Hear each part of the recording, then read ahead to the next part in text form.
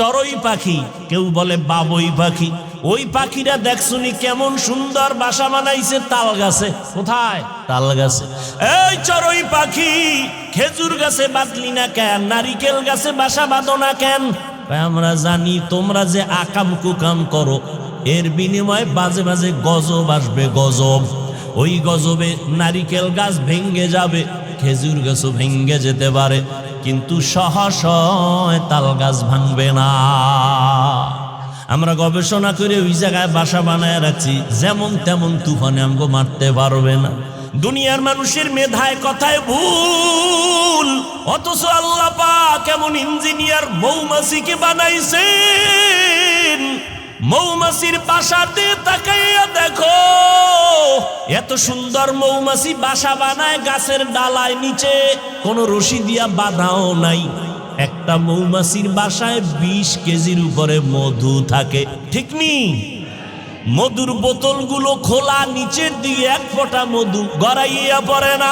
ওরা এমন সুন্দর বিল্ডিং বানায় রাখছে, ওদের বেডরুম আলাদা, ড্রয়িং রুম আলাদা, ডাইনিং আলাদা, বাথরুম আলাদা, মধু রাখার বোতলগুলো আলাদা। সব মধুর বোতলের মুখ খোলা, নিচে এক ফোঁটা মধু পড়ে না। ওদের কামরা রুমগুলোর কোনো আঁকা বাঁকা নাই। আমেরিকার মৌমাছির বাসা, সুন্দরবনের মৌমাছির বাসা এক জায়গায় করে দেখো, মনে হয় জানো এরা সবাই এক মাস্টার, আমার আল্লাহর ছাত্র। মানুষ তুমি কতটাই যে দুর্বল, মেধার বেলায় দুর্বল, খানার বেলায় দুর্বল, চলার বেলায় দুর্বল, ধর্মীয় লাইনে দুর্বল, দুনিয়ার লাইনেও তুমি দুর্বল। এমন একটা মানুষ জমিনে নাই যে স্বয়ং সম্পূর্ণ। আমি কোরআনের তর্জমা জানি, কোরআন পড়তে জানি, যে পড়তে জানে না সে দুর্বল। আবার আমি পড়তে জানি, তর্জমা জানি না, যে পড়তে জানে তর্জমা জানে না, তর্জমা জাননেওয়ালার কাছে সে দুর্বল। আর একজনে তর্জমা জানে, ব্যাখ্যা জানে না, তাফসীর জানে না, ওই বান্দা তাফসীর কারকের কাছে দুর্বল। আবার আমি তাফসীরও জানি, কিন্তু কোরআনের আয়াত দিয়া হাদিস দিয়া ফতোয়া দিতে পারি না, আমি ফতোয়ার কাছে দুর্বল। আল্লাহ দুনিয়াতে প্রত্যেকটা মানুষের দুর্বল বানায় রাখছেন। আল্লাহ দুর্বল বানাবার কারণ, এক কারণ হলো আল্লাহ বেশি মহব্বত করে এই দুর্বলতার কারণে। ঘরের ভিতরে বাচ্চা আছে, শিশু, মা বাবা ভাই বোন সব বড়, কিন্তু মা বাবা বড় ছেলেরে এত ভালোবাসে না বাচ্চাটারে যত ভালোবাসে, ঠিক নেই? আল্লাহ কয় আমি শক্তিশালী বাঘের এত ভালোবাসি না, দুর্বল মানুষের যেই পরিমাণ ভালোবাসি। আমি জিনের এত ভালোবাসি না, মানুষের যত ভালোবাসি। আমি ফেরেশতাকে এত ভালোবাসি না, মানুষ তোমারে এত ভালোবাসি। আমি বড় আদর করে তোমারে বানাইছি, আমি আল্লাহ বড় মোহাব্বত করে তোমারে বানাইলাম। তোমার মর্যাদাটা সবার উপরে দিয়ে দিলাম। ফেরেশতারা তোমার গোলাম, জমিন তোমার গোলাম, আসমান তোমার গোলাম, সূর্য তোমার গোলাম। ও বান্দা, এগুলো সব তোমার গোলাম বানায় দিলাম। এই বেটা, মাস্তানি করো, টাকা পয়সা, গাড়ি বাড়ি, বাতাস, সূর্য সব তোর গোলাম বানায় দিছি। এমনি তুই গাঞ্জা খাবি, মদ পান করবি, এই জন্য এগুলো দেওয়ার পেছনে কারণ নাই। আল্লাহ বলেন এই কারণটা যদি উদ্ঘাটন না করো, তাহলে আমি করায় গন্ডায় গলায় পাড়া দিয়া সব নেয়ামতের হিসাব নিব। সুম্মা লাতুসআলুন্না ইয়াউমাইযিন আনিন নাঈম। ও বান্দা, তুই এত সম্মানের জায়গায় আসছো, ফেরেশতারা এত সম্মানের জায়গায় নাই। তুই দুর্বল মানুষটা এত সম্মানের জায়গায়।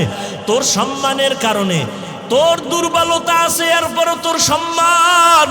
এ কারণে শক্তিশালী বাঘ তোর গোলামি করে, বাতাস গোলামি করে, সূর্য গোলামি করে।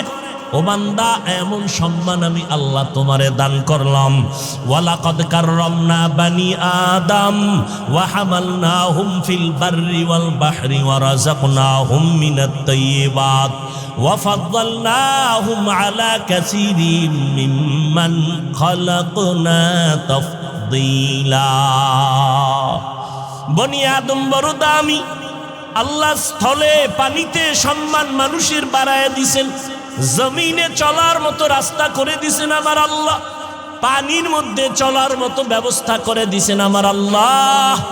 আল্লাহ জমিনের কুকুরেরও খানা দেয়, জমিন থেকে একটা পিপিলিকারও খানা দেয়, মানুষেরও দেয়। তবে মানুষের খানার মতো পিওর খানা আল্লাহ কাউকে দেন না। কাদের কুদরত দারি বার কামাল আন্তা রব্বি আন্তা হাসবি জুল জালাল। ও বান্দা তুমি দুর্বল, এখন দুনিয়াতে তোমারে পাঠাইছি পরীক্ষা নিব, আমলের পরীক্ষা নিব। কিসের? আল্লাযী খালাকাল মাউতা ওয়াল হায়াতা লিয়াবলুয়াকুম আইয়ুকুম আহসানু আমালা ওয়া হুয়াল আজিজুল গফুর।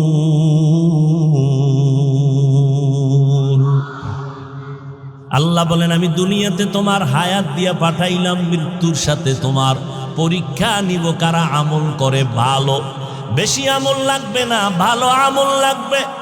আহসানু আমালা বলেছেন, আকসারু আমালা বলেন নাই। আমলের পরীক্ষা নিব, দেখবো কারা ভালো আমল করে। বেশি আমল করে এটা দেখবো না, ভালো আমলটাই দেখবো। ও বান্দা দুনিয়া পরীক্ষার হল, এই দুনিয়াতে থাইকা তোমার আমলি জিন্দেগি সুন্দর করতে হবে। কিন্তু একদিকে তুমি দুর্বল, অপর দিকে তুমি যতই আমলের লাইনে আগাইতে চাইবা, তিন দল শয়তান তোমার পেছনে টানবে। কয় দল?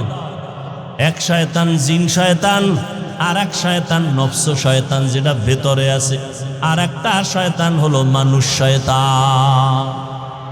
তিন দল শয়তান পেছনে টানে, তুমি জানো জান্নাতের পথে আগাইতে না পারো। ওদিকে তুমি ব্যক্তি হিসাবেও দুর্বল, মেধার দিক থেকেও দুর্বল। এমত অবস্থায় যদি তুমি শান্তির জীবনের দিকে আগাইতে চাও, একা একা সম্ভব না, অন্যের সাহায্য লাগবেই লাগবে। লাগবে নি? এখন সাহায্যটা যে লাগবে এটা তো নিশ্চিত। তবে সাহায্যটা কার থেকে নিব? সবাই বলবে আল্লাহর থেকে। কথা সত্য, কিন্তু এই কথাটা বাস্তবে আপনাদের অন্তরের কথা না। সাহায্য কার থেকে নিবেন? সাহায্য কার থেকে চাইবেন বলেন? আল্লাহর রসুল সাহাবায়ে কেরাম সাহায্য চাইছেন কার কাছে? আপনারা কার কাছে চাইবেন? আল্লাহর কাছে না? কিন্তু আল্লাহর কাছে কি চান? যদি মুসলমানেরা আমার সোনার বাংলার আল্লাহর কাছে চাইতো, তাহলে 52 বছর আগেই জমিন থেকে সুদী এনজিও পালায় যেত। পালাইছে না আরো বাড়ছে? বলেন। আল্লাহ দুই দল মানুষের সাথে খুব রাগ। কয় দল? খুবই রাগ। বলে কেমন রাগ? আল্লাহ কয় রেডি থাকবে ইমান, তোর সাথে আমি আল্লাহ নিজে যুদ্ধ করব, রেডি থাক। এক দলের কথা আছে কোরআন শরীফে, আর এক দলের কথা আছে বুখারী শরীফে। কোরআন শরীফে যেই দলের সাথে আল্লাহ রাগ, ওই দল সুদখোরের দল। আসতে বলেন কেন? বুখারী শরীফে যেই দলের সাথে আল্লাহ যুদ্ধের ঘোষণা দিছেন, ওই দল হলো যারা ওলিয়া উলিয়া মানে না, ওই দল।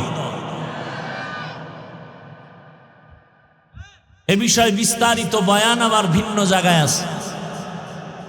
তাহলে সাহায্য লাগবেই, এটা তো আমরা নিশ্চিত। এখন কথা হলো সাহায্য কার থেকে নিব? সেই ক্ষেত্রে তাল মিলেন না, বুঝেন। নিজের অন্তর থেকে বিবেক দিয়ে কাজ করবেন, বুঝে শুনে এটার ফলাফল ভালো। আর আবেগে করবেন, এটার ফলাফল ভালো না। আচ্ছা, নিজের অন্তর যদি বলে যে এটা ঠিক, বুঝার পরে তাহলে ওদিকে মন আগায় যায়। এবার বুঝার চেষ্টা করি, সাহায্য তো আল্লাহর থেকে নিব, কথাটা এভারেজ বলে দিলাম, কিন্তু একটু ভালো করে গবেষণা করে দেখি তো। তিনটা দুর্বলতা যাদের মধ্যে নাই, তাদের থেকে সাহায্য চাইতে দেরি, পাইতে দেরি না। কয়টা দুর্বলতা নাই? এক নাম্বার, যার পেছনে টান নাই। নাম্বার 2, যার অভাব নাই। নাম্বার 3, যার স্বার্থ নাই। এই 3 গুণে গুণান্বিত ব্যক্তিদের কাছে চাইলেই দেরি নেই, পেয়ে যাবে। এবার দেখেন তো পৃথিবীতে এই 3 গুণ ছাড়া কে আছে? পিছনে টান নাই এমন কোন মানুষ আছে? আমারে সামনে আগাই স্ত্রী বলে টাকা দাও, সন্তান বলে দাও, মা বাবাই বলে দাও, তাহলে আমি যত আগাইতে চাই পেছনে টান আছে না নেই? বলেন। নাম্বার 2, অভাব নাই। একজন মানুষ দেখান তো পৃথিবীতে কার অভাব নাই? বরং যে যত টাকার মালিক তার অভাব তত বেশি। গরিবের অভাব 100 টাকায় সমাধান, কোটিপতির লক্ষ টাকায় সমাধান হয় না। কথা ঠিক নেই? বড় লোকের বাড়ি আছে 5 তলা রংপুর, এরপর মন ভরে না, বাড়ি আরো লাগবে। গরিব একটা খেরের করে থাইকাও কোনো পেরেশানি নাই। দুনিয়াতে অভাব ছাড়া কোনো মানুষ নাই। 3 নম্বরে দেখো, এই জমিনে একজন মানুষ আছে কিনা যার স্বার্থ নাই? এই রংপুরের মানুষেরা বলো, কার স্বার্থ নাই? কার নাই? পিসাবগো নাই না? পীর সাহেব যারা, এগো কোনো স্বার্থ নাই। কথা বলেন না কেন? মানে এরা আরো বেশি স্বার্থওয়ালা। মুরিদের ডা খাইয়া স্বর্ণের বাড়ি বানায়, ঠিক নি? আমি 2 জন মানুষ পাইছি স্বার্থ নাই। কয়জন? দেখেন তো আপনার যুক্তিতে অ্যান্সার দেয় কি? 2টা লোক পাইছি স্বার্থ। একজন আমার আম্মাজান, একজন আমার, বলে না ঠিক? কিন্তু সোনার বাংলায় যা দেখলাম, এই 2 জনও স্বার্থপর। কেমনে স্বার্থপর এটা বুঝার জন্য ইন্ডিয়া যাওয়া লাগবে না। সোনার বাংলা কমপ্লিট আমাকে দেখাই দিছে। মা বাবা থানায় গিয়া মামলা করে সন্তানের বিরুদ্ধে, কি স্বার্থ? মা বাবা সন্তানের রাতের ঘুমে জবাই করে, প্রমাণ নাই? আবার সন্তান মা বাবাকে জবাই করে। একজন বাবা কত বড় বেঈমান, নিজের আপন মেয়েকে হোটেলের মধ্যে ঢুকাইয়া বলে, আজকে তুই আমার মেয়ে না, তুই আমার স্ত্রীর মতো। আরো জোরে বলো। আমি কি মিথ্যা বলছি? তোমরা ফেসবুকের গোলামেরা দেখো না এগুলো? করোনায় দেখো নাই? বাবায় করোনায় আক্রান্ত হয়ে গেল, ছেলেরা, শিক্ষিত ছেলে, অন্যের টাকা দিয়ে এরপরে কয় লাশটারে রাস্তায় ফালায় দিয়ে, রাস্তায় ফালায় দিয়েছে, দরজা জানালা লক করে দিছে। বাবার লাশটা কুত্তায় খাইলো না, জানাজা হইল, জানালা খুলে দেখেও নাই। ভালো করে ইতিহাস ভুলিস না রে মুমিন। এই করোনার সময়ে তাকাইয়া দেখছো শত শত করোনার লাশ। আমার দেশের প্রশাসন, পুলিশ, আর আমার দেশের টুপিওয়ালা মাওলানা, এরা কাঁধে নিয়া গোসল করাইয়া, কাফন পরাইয়া করোনার লাশগুলো দাফন করেছে, জানাজা পড়েছেন। ইতিহাস ভুলে যাইও না। শত শত করোনার লাশ কবরে রাখলো, একজন হুজুরেও করোনায় মরে না।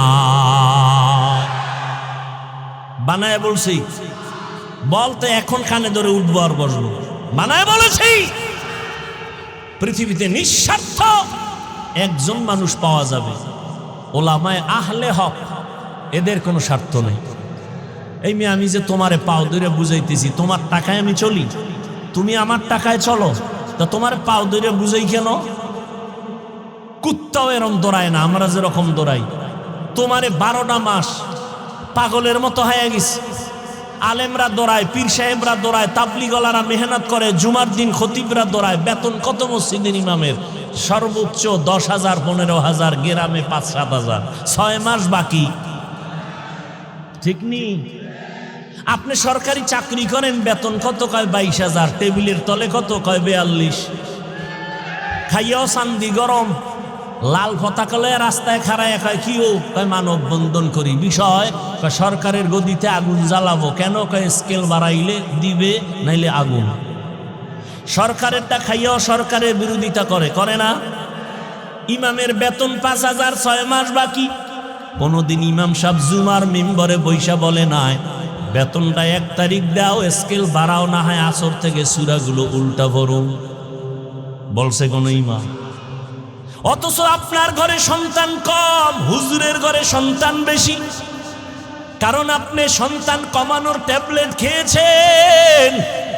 আমরা আলেমরা ট্যাবলেট খাই না, নবী নিষেধ করেছেন ওই ঘরের মাইয়া বিয়া করবি যেই বংশে সন্তান বেশি হয়।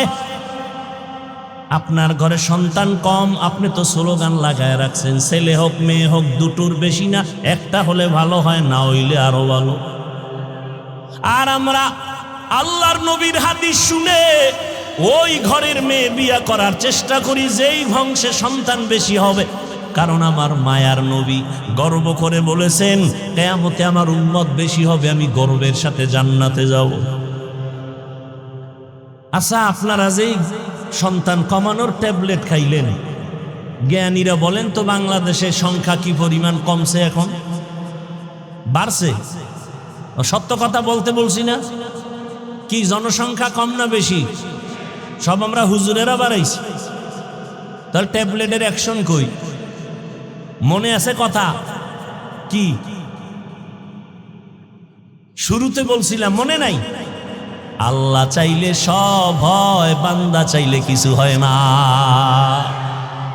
জিন্দগি মে বন্দগি তু করনা হে,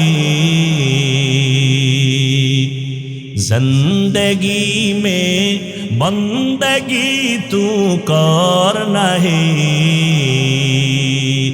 जिंदगी बे बंदगी शर्मिंदा है, जिंदगी बे बंदगी शर्मिंदा है। ও এলাকার মা বোনেরা, ও যুবক, ও পর্দার আড়ালের আম্মা জানেরা, ও বাবাজিরা, কয়দিন আর দুনিয়ায় বাহাদুরি করবা? স্বার্থ নাই, অভাব নাই, পিছনে টান নাই, দুনিয়াতে কেউ নাই। তবে এই তিনটা গুণে গুণান্বিত যিনি আছেন তিনি একজন আমার। আরো জোরে বলেন, ইয়া আইয়ুহান নাস আনতুমুল ফুকারাউ ইলাল্লাহ ওয়াল্লাহু হুয়াল গানিয়্যুল হামিদ।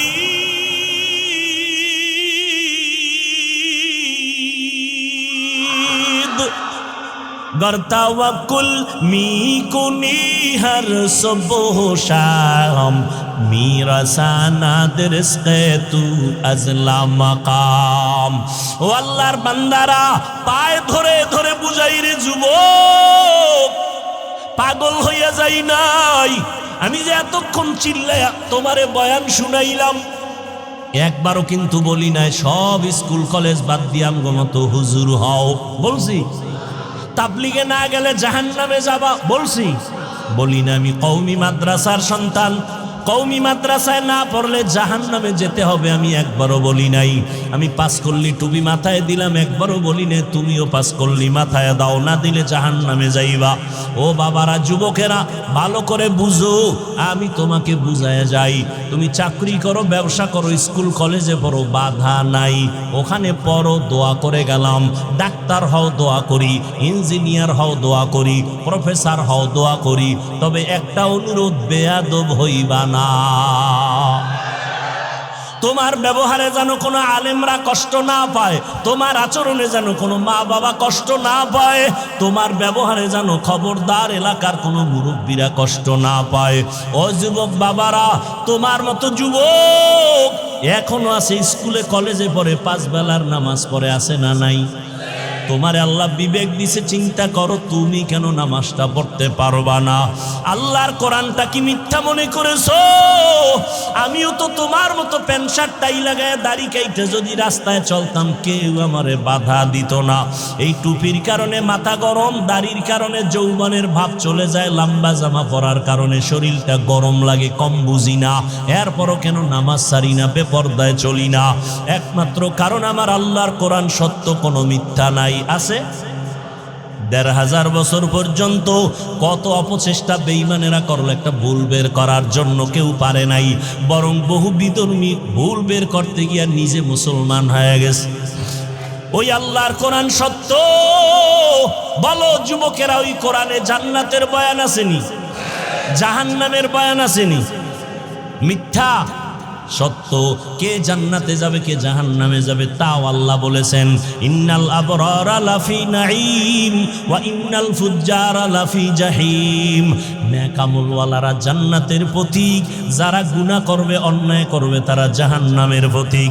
জান্নাতটা কেমন আরামের ঘর আল্লাহ তাও কোরআনে বলেছেন, জান্নাতিন তাজরি মিন তাহতিহাল আনহার।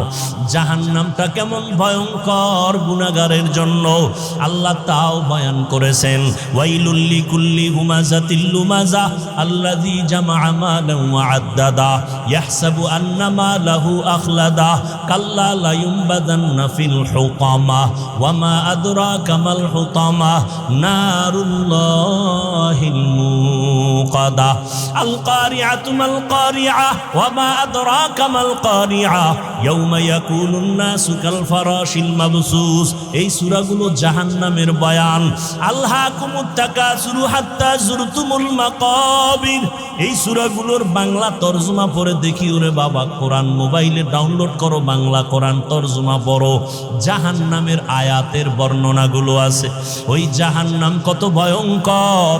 মায়ার নবী আম্মা জান আয়েশা বলেন, আমি দেখি আমার ঘরে নবী বয়ে বয়ে কান্না করেন। আম্মা জান আয়েশা বলেন, নবী আপনি আমার ঘরে বসে কাঁদেন কেন? আমি আয়েশা বেয়াদবি করলাম নাকি? নবী বলেন, না আয়েশা বেয়াদবি করো নাই। তাহলে কেন কাঁদেন? নবী বলেন, আয়েশা হাসরের ময়দানে ভয়ঙ্কর অবস্থার কথা আমার মনে পড়েছে, এই জন্য কান্না করি। আমার উম্মতের কি উপায় হবে? হাসরের ময়দানটা তো ভয়ঙ্কর হবে। আম্মা জান আয়েশা বলেন, ইয়া রাসূলুল্লাহ কেমন ভয়ঙ্কর? নবী বলেন, এই জমিনটা হবে কিয়ামতের মাঠ। এই জমিন আল্লাহ পাক আদালত কায়েম করবেন। সূর্যটা মাথার উপরে চলে আসবে, সূর্যের গরমে জমিনটা তামা হয়ে যাবে। ও রংপুরের মুসলমানেরা, সূর্যের গরমে আর সহ্য করতে পারো না রে মুমিন। ওই সূর্যটা বিজ্ঞানীরা বলে 9,30,00,000 মাইল উপরে সূর্য। দিনে ছিল রাতে নাই, তারপরও গরম লাগে। এসির বাতাসটাও ঠান্ডা বের হয় না, ঘরে ঘরে এসিটা দুর্বল হয়ে যাইতেছে। এই সূর্যটা মাথার উপরে আসলে কি উপায় হবে জানো না রে মুমিন? আমার নবীর কোনো গুনাহ নাই, সেই নবী পর্যন্ত কান্না করেন। সূর্যের গরম, অপরদিকে জাহান্নামের আওয়াজ। নবীদের কোনো গুনাহ নাই, তারা ভয়ে কান্না শুরু করবেন। মূসা নবী কাঁদবেন, ঈসা নবী কাঁদবেন, ইব্রাহিম নবী কাঁদবেন। এভাবে কান্না করে বেকারার হয়ে যাবেন তারা।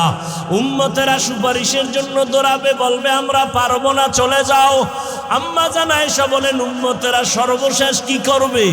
নবী বলেন, সব শেষে আমাকে তালাশ করা শুরু করবে। ওই হাসরের ময়দানে নবী আপনাকে কোথায় পাবে? নবী বলেন, আমি থাকবো আমার মাওলার কুদরতের সামনে মাকামে মাহমুদে সিজদায় কান্নার অবস্থায়। আমি কান্না করে বলবো, আল্লাহ আমার একটা উম্মত জাহান্নামে যেন না যায়। আল্লাহ বলবে, নবী আপনার উম্মতগুলো আপনি বেছে বেছে জান্নাতের দরওয়াজার দিকে নিয়ে যান। আমি আমার উম্মতগুলোকে বেছে বেছে বের করব। আম্মা জান আয়েশা বলেন, ইয়া রাসূলুল্লাহ হাজারো হাজারো লাখো কোটি মানুষের ভিতরে মূসা নবীর উম্মত, ঈসা নবীর উম্মত, ইব্রাহিম নবীর উম্মত, আপনার উম্মত বাছাই করবেন কিভাবে? নবী বলেন, যারা 5 বেলার নামাজ ওযু বানাইয়া করবে, হাসরের ময়দানে ওযুর অংশগুলো নূরের আলোতে ঝলমল করতে থাকবে। আমি নবী দেখে দেখে তাদের বাছাই করে জান্নাতের পথে নিয়ে যাব। কাউসারের পানি হাউজের থেকে পান করাবো। ও যুবক আল্লাহর গোলাম, মনটারে বুঝাও, হেদায়েতের মালিক আমার আল্লাহ। যারা মূল ডিউটি করবে, আল্লাহর হুকুম মানবে, তারা তো তাদের নির্দিষ্ট জান্নাত পেয়েই যাবে। যারা ওভার ডিউটি করবে, ফরজের পরে নফল, বেঈমানের নামের জান্নাতগুলো ওই ওভার ডিউটি করানেওয়ালা মুমিনকে বোনাস দেওয়া হবে। আতিনা ফি দারে দুনিয়া না হাসান, আতিনা ফি দারে উকবানা হাসান, ইয়া গিয়াসাল মুস্তাগীসিন হদিনা লফতিখারা বিল উলুমে वल गिना हर गोरी देने को तू तैयार है, जो न मांगे उससे तू बेजार है। জান্নাত আল্লাহ মুমিনকে দিবেন, কোনো বেঈমানকে দিবেন না। যদিও সব বেঈমানের নামে জান্নাতে আলাদা আলাদা ঘর, কিন্তু কোন বেঈমান ঈমান না থাকলে জান্নাত পাবে না। ওই জান্নাতগুলো ওই সমস্ত মুমিনকে দিবেন যারা শুধু মূল ইবাদত করে না, ওভার ডিউটি করে, নফল পড়ে। 5 বেলার নামাজ দৈনিক মুমিনের জন্য মূল ডিউটি। ইশরাক, আওয়াবিন, চাষ, তাহাজ্জুদের নামাজ হলো ওভার ডিউটি। রমজানুল মুবারকে রোজা রাখা মুমিনের মূল ডিউটি, ফরজ।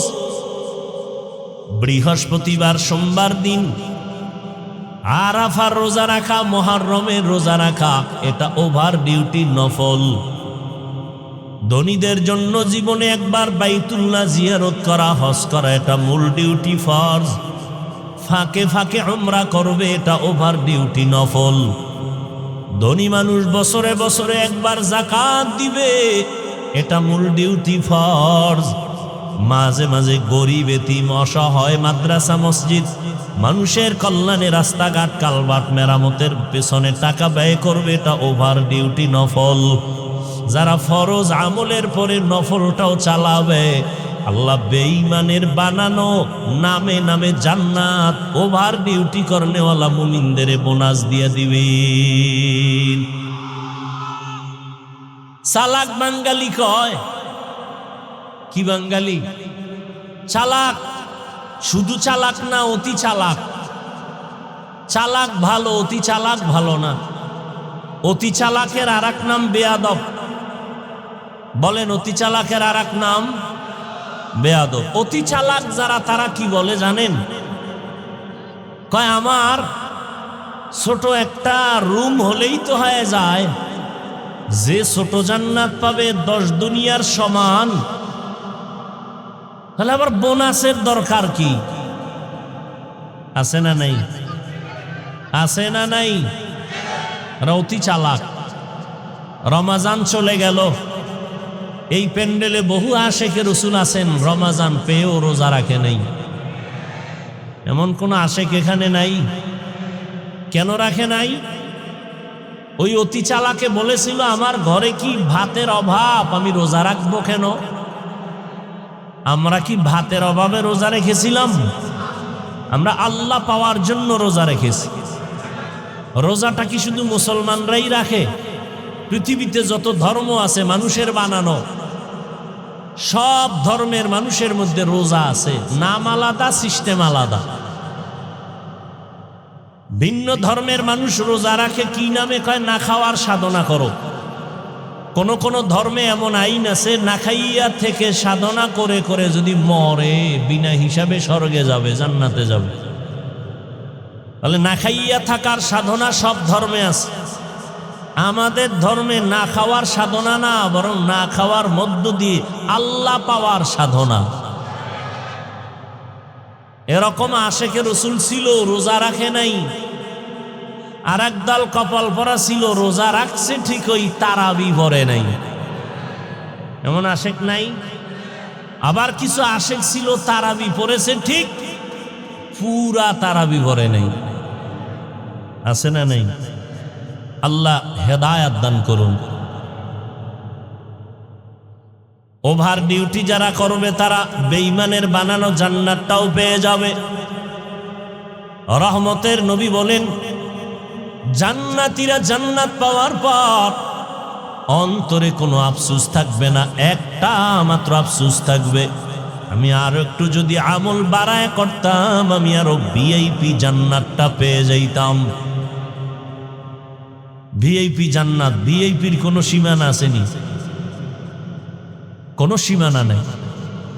যত সুন্দর শেষ নাই, আরো লাগে, আরো লাগে, আরো লাগে। আল্লাহ বলেন জান্নাত মুমিনরা পাবে, এজন্য মুমিনকে বললাম সাহায্য প্রার্থনা করো। সাহায্য প্রার্থনা কেন করবে? ওই ব্যক্তি অন্যের সাহায্য প্রার্থনা করে যে নিজে চলতে পারে না। আমরা কি তাই? আল্লাহ বলেন হ্যাঁ, তোমরা তাই। তোমরা এতটাই যে দুর্বল। ওয়া খুলিকাল ইনসানু যায়ীফা, আমি আল্লাহ ইনসান জাতিকে দুর্বল করে বানাইলাম। মানুষ তুমি সৃষ্টিগতভাবে দুর্বল, খানার বেলায় দুর্বল, ঘুমের বেলায় দুর্বল, মেধার বেলায় দুর্বল। মানুষের মতো দুর্বল করে কোনো প্রাণী আল্লাহ আর বানান নাই। মানুষ এতটাই দুর্বল, একটা পিপিলিকার কাছেও আমরা দুর্বল, একটা মশার কাছেও দুর্বল। আল্লাহ পাক বলেন, বান্দা তোমাকে আমি দুর্বল করে বানাইলাম। একা একা তুমি সম্পূর্ণ জীবন যাপন তুমি করতে পারবা না। চলতে গেলে সহযোগিতা লাগবে, খানা খাইতে গেলে তোমার সাহায্য লাগবে অন্যের সাহায্য ছাড়া, সহযোগিতা ছাড়া তুমি একা একা চলতে পারবা না। কারণ আমি আল্লাহ তোমাকে সৃষ্টির থেকেই দুর্বল করে সৃষ্টি করেছি। তুমি শারীরিকভাবেও দুর্বল, তুমি মেধার দিক থেকেও দুর্বল, খানার বেলায় দুর্বল। একটা চিড়িয়াখানায় বাঘের খাদ্য তালিকায় লেখা আছে দৈনিক একটা বাঘের খাদ্য হলো 17 কেজি গোশত। রংপুরের কোনো মানুষ 3 বেলায় 17 কেজি খেতে পারবে না? পারলেও ধাক্কা ধাক্কি তো আর কম করে না। একটা বাঘের খানা 17 কেজি গোশত। বড় বড় সমুদ্রের ভেতরে বড় বড় নীলতিমি আছে, একটা নীলতিমির প্রতিদিনের খাদ্য তালিকা 1000 কেজি চিংড়ি মাছ। এরকম নীলতিমি একটা, কথা বলেন না কেন? অনেক। কে খাওয়ায়? আল্লাহ পাক বলেন, এই রকম নদী সমুদ্রে হাজারো কোটি ধরনের প্রাণীর খানা দেই আমি আল্লাহ। পৃথিবীতে একটা পাহাড় আছে কোহে কাফ, ওই পাহাড়ের ভেতর একটা প্রাণী বসবাস করত, নাম সিমর্গ। ওই একটা প্রাণীর জন্য প্রতিদিনের খাদ্য তালিকা ছিল 40টা মোটা তাজা হাতি। কে খাওয়ায়? সকালবেলা একটা পাখি ডানা মেলে উঠতে শুরু করে, সারাটা দিন খোলা আকাশে উড়ার পর সন্ধ্যাবেলা নিজের পেট ভরে বাচ্চার খানা নিয়ে বাসায় হাজির। কে খাওয়ায়? ওয়াতারযুকু মান তাশাউ বিগাইরি হিসাব।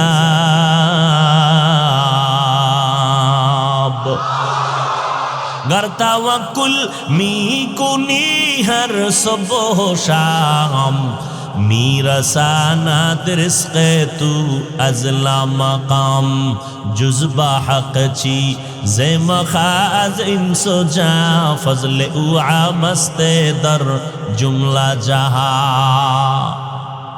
মানুষের মতো দুর্বল কিছু কোন প্রাণী আল্লাহ বানান নাই। পিপিলিকাগুলো এত দুর্বল, তার থেকে মানুষ আরো বেশি দুর্বল।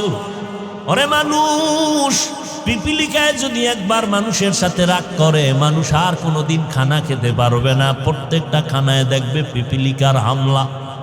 মশায় যদি মেজাজটা গরম করে মানুষের সাথে, আর মানুষ যদি চ্যালেঞ্জ দেয়, মশার সাথে আগাইতে পারবে না। একটা বনিয়াদম ঘুমানোর কোনো সুযোগ নাই।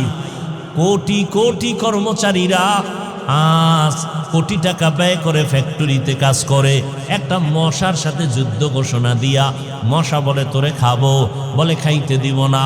এই জন্য মশারি, এই জন্য কয়েল, এই জন্য স্প্রে।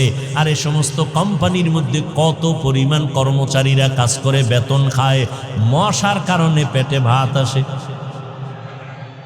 এরপর মশার সাথে যুদ্ধে পারছে কেউ বিজয় হইতে? পার্লামেন্টে ঢুকলে এমপি সাহেবের কার্ড আলাদা দিতে হয়, মশার কোনো কার্ড লাগেনি। কালা পোশাক গলায় যদি বলে অনুমতি ছাড়া ঢুকলি কেন, বলে সিপাহে যখন ঢুকবো টের ভাবি অনুমতি কারে কয়। ঠিক নি? মানুষ তুমি এতটাই দুর্বল, একটা মশার সাথেও তুমি পেরে উঠবা না। তুমি এসি মশারি লাগাইছো, এসি মশারি এত ঠান্ডা হিমেল, মশারির ভেতরে তুমি এখন ঘুমাইয়া গেলা, বাতি বন্ধ করে দিলা, কোনো মশা নাই। হঠাৎ তন্দ্রাচ্ছন্ন অবস্থায় মশা একটা কানের সামনে ঘুরে আর গান গায়, নাকের সামনে ঘুরে আর গান গায়। বাতিটা জ্বালায়, মেজাজটা গরম হয়ে গেল, এসি মশারি কিনলাম, এরপরও ঢুকলো কেমনে? মশারির ছোট্ট ছিদ্র দিয়া মশা ঢুকছে, আর ওই মশারির ছিদ্রর তুলনায় তোমার কানের ছিদ্র কত বড়। মশা কানের সামনে বারবার দৌড়ায়, ভেতরে ঢুকে না। ঠিক নি? কেন? তোর আব্বায় পাহারা দেয় না? তোমার বাবায় পাহারা দেয়? हकीकत से तू दुनिया बेखबर है, दुनिया की नुमाइश पर नजर है। नमी गुयम के अज दुनिया जुदा बाश, बहर कारे के बाशी बा खुदा बाश। এরে আল্লাহর বান্দা, ভালো করে বুঝো,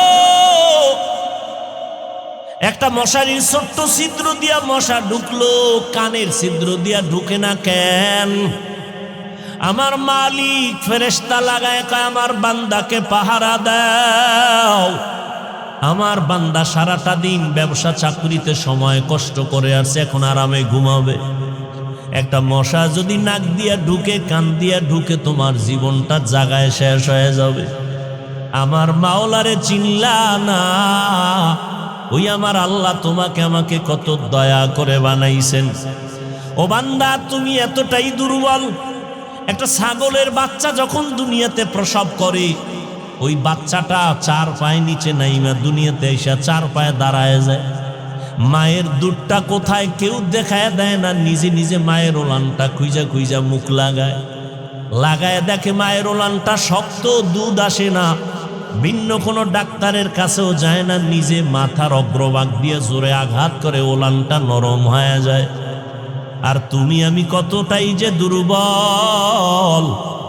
যেদিন তুমি আমি মায়ের গর্ভ থেকে দুনিয়াতে আসতেছিলাম, আম্মা জানের কণ্ঠটা এত ছোট, বাহিরের কেউ শুনে না আম্মা জানের কণ্ঠ কেমন। কিন্তু যেদিন দুনিয়াতে আমি আসব, মায়ের প্রসব বেদনা শুরু হয়ে গেল। আম্মা জানের এমন অচেতন আর কান্নার আওয়াজ, মায়ের কণ্ঠের আওয়াজে আশেপাশের বাড়ির মানুষেরা সজাগ হয়ে গেছে, ঘুমাইতে পারে না। আম্মা জানের সহযোগিতার জন্য দাদি নানি পাশে বসা, ভিন্ন মহিলারাও সহযোগিতার জন্য বসে আছে। একটা ছাগলের বাচ্চা দুনিয়াতে আসার জন্য কোনো সহযোগিতা কারো লাগলো না। আর তুমি আমি মানুষ এতটাই দুর্বল, আমার দুনিয়াতে আসার ক্ষেত্রে কতটা সাহায্য মায়ের পাশে লাগলো, দাদি নানির। আম্মা জান এতটাই ভেঙ্গে পড়লেন, কান্না কান্না কান্না, মনে হয় যেন এখন মরে যাবেন। আম্মা জান বেকারার হইয়া বলে, ও মা, শাশুড়ি, তোমরা আমার থেকে একটু দূরে যাও, আমার স্বামীকে আমার কাছে একান্তে দাও।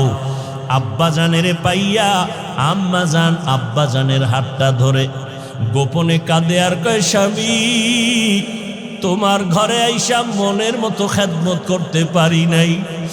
আমার মনে হয় মরণ এসে গেছে, 7টা আসমান আমার মাথায় চেপে বসলো বোঝা, প্রসব বেদনা সইতে পারি না, দয়া করে আমাকে মাফ করে দাও, দাবি রাখবা না। আব্বা জানো কান্না করে, বিবি ধৈর্য ধারণ করো, ধৈর্য হারাইবা না। আব্বা জান নামাজের মুসাল্লায় গিয়া কান্না শুরু করলেন, ও দয়ার মালিক, আমার সন্তানের তুমি সুস্থ করে পৃথিবীতে পাঠাও, আমার স্ত্রীটাকেও তুমি সুস্থ রাখো। ও বান্দা, নজর করে দেখ, একটা ছাগলের বাচ্চা প্রসবকালে কতটা স্বয়ং সম্পূর্ণ, আর তুমি আমি কতটাই যে দুর্বল। দুনিয়াতে আসার ক্ষেত্রে আম্মা জান এতটাই পাগল, আম্মা জান এতটাই ভয় ভীত হয়ে কান্না শুরু করলেন।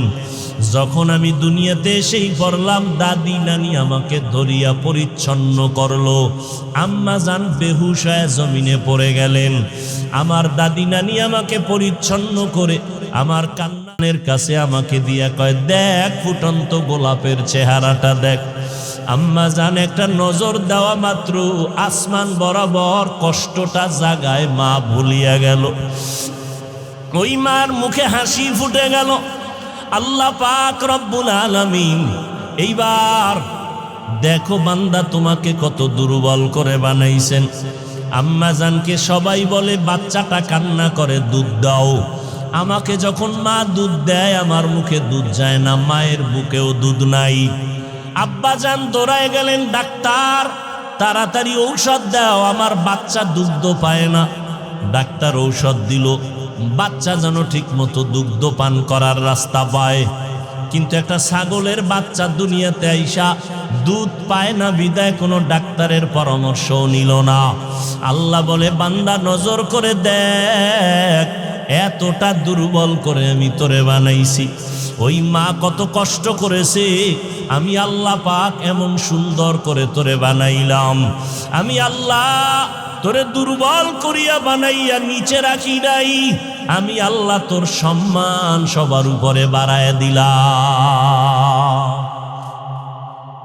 জীবনের মূল কষ্ট মায়ের প্রসব বেদনা,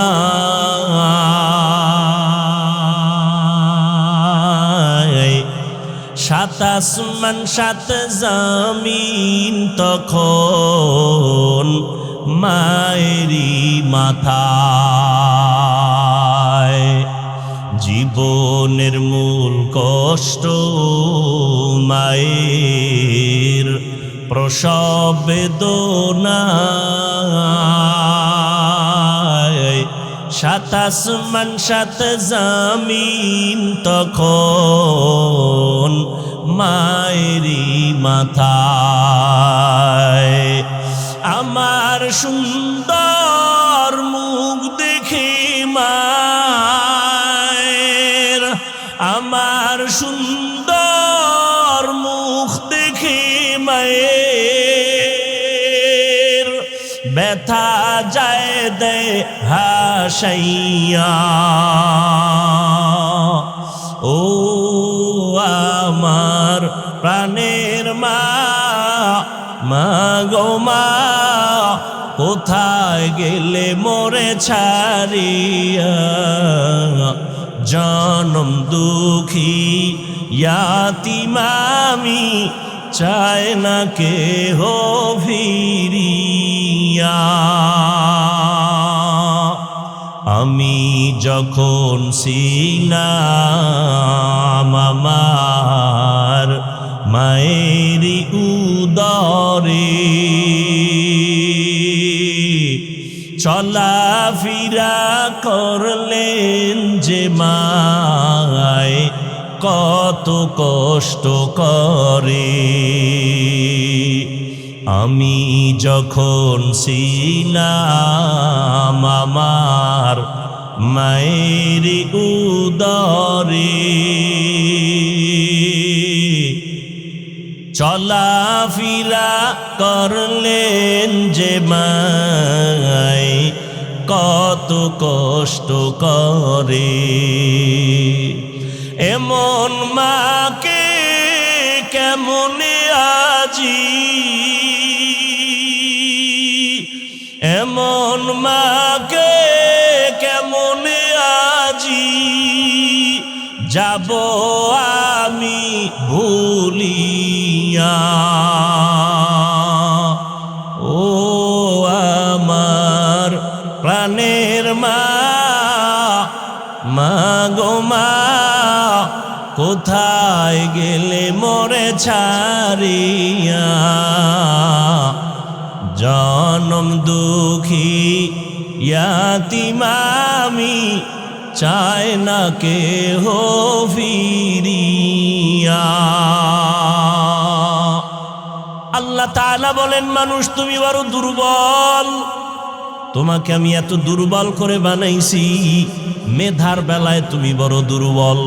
বুয়েটের ইঞ্জিনিয়ার ইঞ্জিনিয়ারিং পাশ করিয়া কত বাহাদুরির সাথে রংপুরে বিল্ডিং বানাইলো। আর একজন আরো টপ লেভেলের ইঞ্জিনিয়ার আইসা বলে তোমার থিওরিতে আঁকা বাঁকা ভুল হয়ে গেল। দুনিয়ার মানুষের মেধায় ভুল। আগের বৈজ্ঞানিকরা থিওরি দিয়া গেল, বর্তমান বিজ্ঞানীরা বলে তাদের থিওরি ভুল। কত বছর আগে আবহাওয়া অফিসওয়ালারা বলেছিল মে মাসে কিয়ামত কায়েম হয়ে যাবে, রেডি হয়ে যাও। মনে আসেনি মুরব্বীরা? কিয়ামত হইছিল, ওদিন থেকে তারা কানে দইরা তওবা করে আর বলে না হবে, এখন বলে হতে পারে। দুনিয়ার মানুষের মেধায় কথায় ভুল। আমি বয়ানের শুরুতেও বলেছিলাম, কপাল যদি পুরিয়া যায়, নবীজির বয়ান ও আবু জাহালের কালেমা নসিব হয় না। আর কপাল যদি খুলিয়া যায়, নবীরে জবাই করতে আসিয়াও কালেমা ভরে নেয়।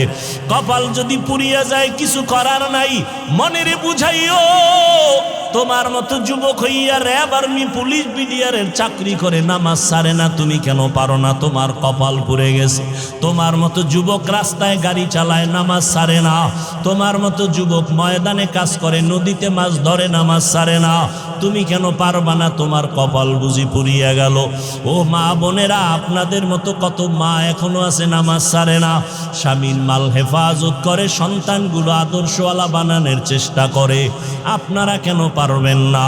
ও বৃদ্ধ বাবাজিরা, আপনার মতো কত বুড়ারা মসজিদে গিয়া 5 বেলার নামাজ পড়ে, আপনারা কেন পারবেন না? আল্লাহর কোরআন কি মিথ্যা মনে করেছেন না আল্লাহর আযাব সহ্য করতে পারবেন? আরে শয়তানের ধোকায় পড়ে আছেন, এখনো সময় আছে, তওবা করে নেন। মনে মনে আল্লাহকে ডাকেন আর বলেন, আল্লাহ, শয়তানের ধোকায় তো গুনাহ কম করলাম না, নামাজ তো কম ছাড়লাম না, অন্যের হক তো নষ্ট কম করলাম না, জবান দিয়ে গুনাহ করে জবানটারে নাপাক করলাম, হাত নাপাক, চোখ নাপাক, আয় আল্লাহ আজকে থেকে তওবার নিয়ত করলাম, আর কোনোদিন নামাজ ছাড়বো না, বেপরদায় চলবো না, মা বাবারে কষ্ট দিব না, ওলামায়ে আহলে হকের পরামর্শ নিয়ে নবীজির সুন্নাত অনুযায়ী চলবো। নিয়ত যদি কারো খাঁটি হয়ে থাকে তওবা করার মতো, আল্লাহ যদি কবুল করেন, আপনার অন্তর যদি পরিচ্ছন্ন তওবার নিয়ত থাকে, খাঁটি তওবার নিয়ত যাদের আছে, দুটো হাত আল্লাহকে দেখাইয়া দেন, আয় আল্লাহ হাতগুলো কবুল করে নেন, তওবা কবুল করে নেন, তওবার উপরে মজবুত হইয়া চলার মতো তৌফিক দান করেন, আমিন। আলহামদুলিল্লাহি রাব্বিল আলামিন, ওয়াসসালাতু ওয়াসসালামু আলা সাইয়্যিদিল আমবিয়াই ওয়াল মুরসালিন ওয়া আলা আলিহি ওয়া আসহাবিহি আজমাইন। ইয়া আরহামার রাহিমিন, ইয়া আরহামার রাহিমিন, ইয়া আরহামার রাহিমিন। রব্বির হামহুমা কামা রব্বায়ানি সগীরা। আল্লাহুম্মা ইন্নাকা আফুউন কারীম তুহিব্বুল আফওয়া ফা'ফু আন্না। আল্লাহুম্মা ইন্না নাসআলুকা রিযাকা ওয়াল জান্নাহ ওয়া নাউযু বিকা মিন সাখাতিকা ওয়ান নার। আল্লাহুম্মা ইন্না নাসআলুকা রিযাকা ওয়াল জান্নাহ। আল্লাহুম্মা ইন্না নাউযু বিকা মিনাল বারাসি ওয়াল জুনুনি ওয়াল জুযামি।